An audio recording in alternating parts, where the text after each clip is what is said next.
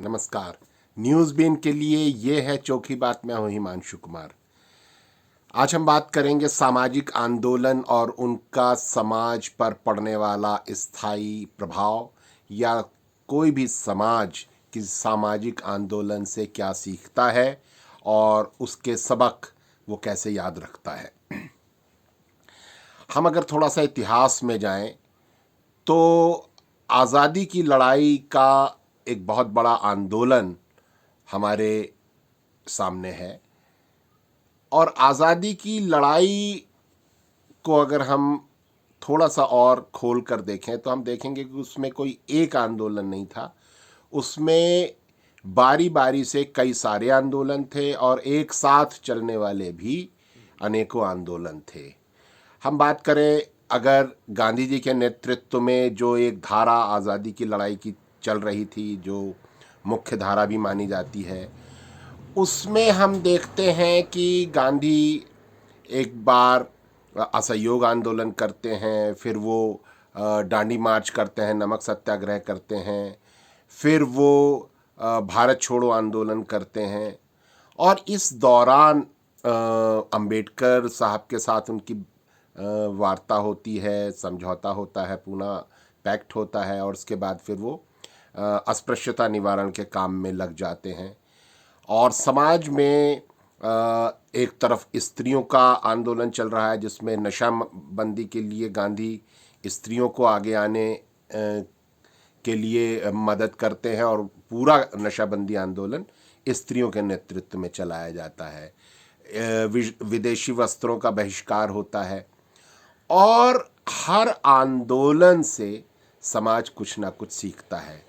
उसमें किसानों का आंदोलन है, मजदूरों का आंदोलन है, छात्रों का आंदोलन है, और सारा समाज उन आंदोलनों से सीख कर आगे बढ़ता जा रहा है, और वो एक तरह से आज़ादी के लिए तैयार हो रहा है।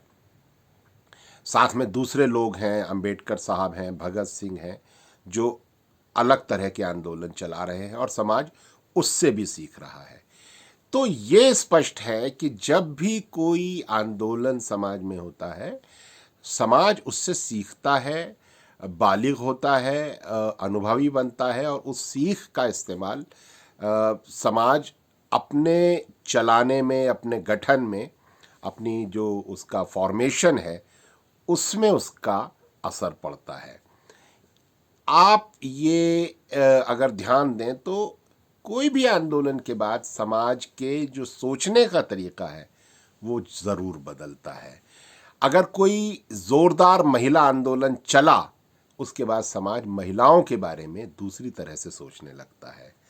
अगर दलितों का आंदोलन चलता है तो समाज फिर दलितों के बारे में अलग तरह से सोचने लगता है। अगर आप ध्यान दें तो पिछले समय में अलग अलग आंदोलन चले जिनका समाज आज़ादी के बाद के भारत पर भी पड़ा है।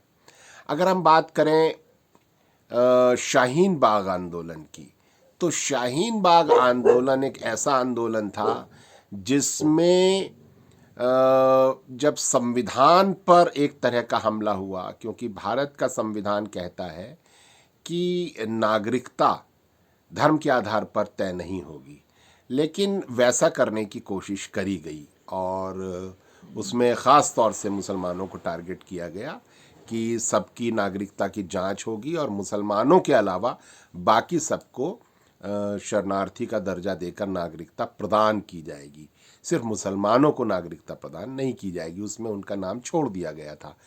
तो ये एक साफ साफ धर्म पर आधारित नागरिकता की कोशिश थी, जिसका के विरोध में ख़ास तौर से मुस्लिम महिलाएं सामने आईं, और उन्होंने संविधान को आगे ला करके, आगे रख करके पूरे आंदोलन को चलाया। हमें याद है शाहीन बाग से शुरू हुआ, और सारे देश में फिर बहुत सारी जगह शाहीन बाग बने, और महिलाओं के नेतृत्व में धरने, प्रदर्शन, आंदोलन शुरू हुए, और उसमें संविधान की प्रस्तावना पढ़ी जाती थी, संविधान की बात होती थी। आज़ादी की लड़ाई के दौरान जो राष्ट्रीय आंदोलन में जो मूल्य थे उसके, कि राष्ट्रीय एकता, हिंदू मुस्लिम एकता, सभी धर्मों की समानता, सभी जातियों की समानता, जाति मुक्त समाज, उन सारी चीज़ों पर भी बात शुरू हुई।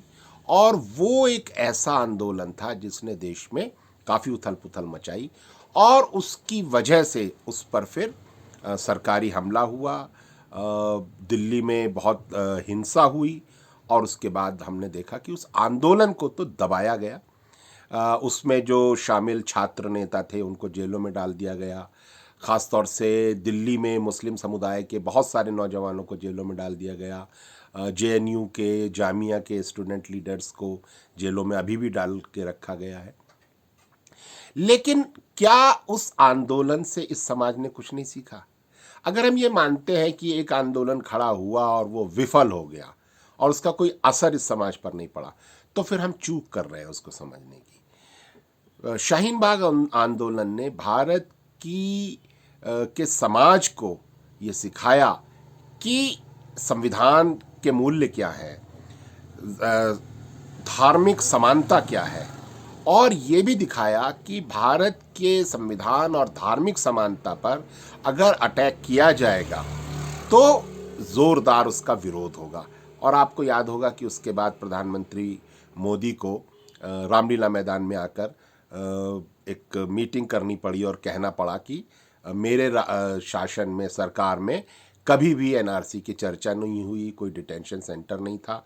जबकि ये बात तथ्यगत रूप से गलत थी, क्योंकि संसद में भी एनआरसी की चर्चा हुई थी, गृह मंत्री अमित शाह ने बोला था। बहरहाल हम कहना ये चाह रहे हैं कि कोई भी सामाजिक आंदोलन व्यर्थ नहीं जाता। अभी बात चल रही है किसान आंदोलन की, कि क्या जो किसान आंदोलन है उसका क्या नतीजा निकलेगा, ये अभी नहीं कहा जा सकता क्या नतीजा निकलेगा।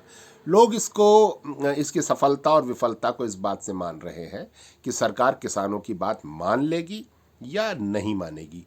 ये तो अभी भविष्य के गर्भ में है कि किसानों की मांग सरकार मानती है या नहीं मानती। लेकिन हम जो समाजशास्त्रीय अध्ययन के लिहाज से इस आंदोलन को देख रहे हैं, वो ये देख रहे हैं कि इस आंदोलन का स्थायी असर समाज पर क्या होगा। तो स्थायी असर यही होगा कि समाज किसानों के बारे में, खेती के बारे में, उनकी मेहनत के बारे में, उनकी अर्थव्यवस्था के बारे में ज़्यादा जानेगा, ज़्यादा ध्यान देगा, सीखेगा, उनकी इज्जत करेगा। जैसे पिछले आंदोलनों से, चाहे वो छात्र आंदोलन हो, उसमें शिक्षा के बारे में बहस खड़ी हुई समाज में, हमने उसके बारे में जाना, जेएनयू के बारे में जाना, शिक्षा के प्राइवेटाइजेशन के बारे में जाना। इससे पहले जो दलित आंदोलन इस देश में हुआ था, जब एक फैसला आया था एट्रोसिटीज़ एक्ट को लेकर के, उसके बाद जो देश भर में हड़ताल हुई थी 2 अप्रैल को 3 साल पहले, उसकी वजह से वो मुद्दा सामने आया।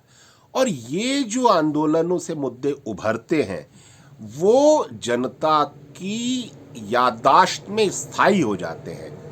तो ये जो सामाजिक आंदोलन है वो समाज को कुछ सिखाते जाते हैं, उसको आगे बढ़ाते हैं, उसकी समझ को बढ़ाते हैं। इसलिए हमें किसी भी आंदोलन को इस नज़रिए से नहीं देखना चाहिए कि वो सफल हुआ, असफल हुआ, मांग मानी गई, नहीं मानी गई, क्योंकि सत्ताएं सीधे सीधे ये नहीं दिखाती कि वो हार गई हैं किसी जन आंदोलन से, लेकिन सत्ता एक बीच का रास्ता निकाल करके टाल देती है। जैसे शाहीन बाग आंदोलन के बाद जो सीए एनआरसी थी, उसकी बात अब कोई नहीं करता है। इसी तरीके से इस आंदोलन का क्या नतीजा निकलेगा ये तो अभी भविष्य के गर्भ में है। और कई बार आंदोलन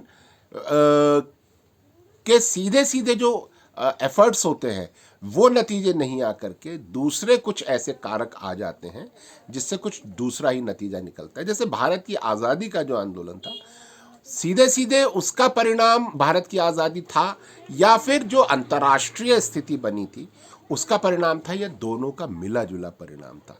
तो ये समाजशास्त्रीय अध्ययन का विषय होता है कि किसी आंदोलन का नतीजा किस तरह का निकला और उसमें कितने अंदरूनी कारण थे, कितने बाहरी कारण थे, उसको अध्ययन करने की ज़रूरत है।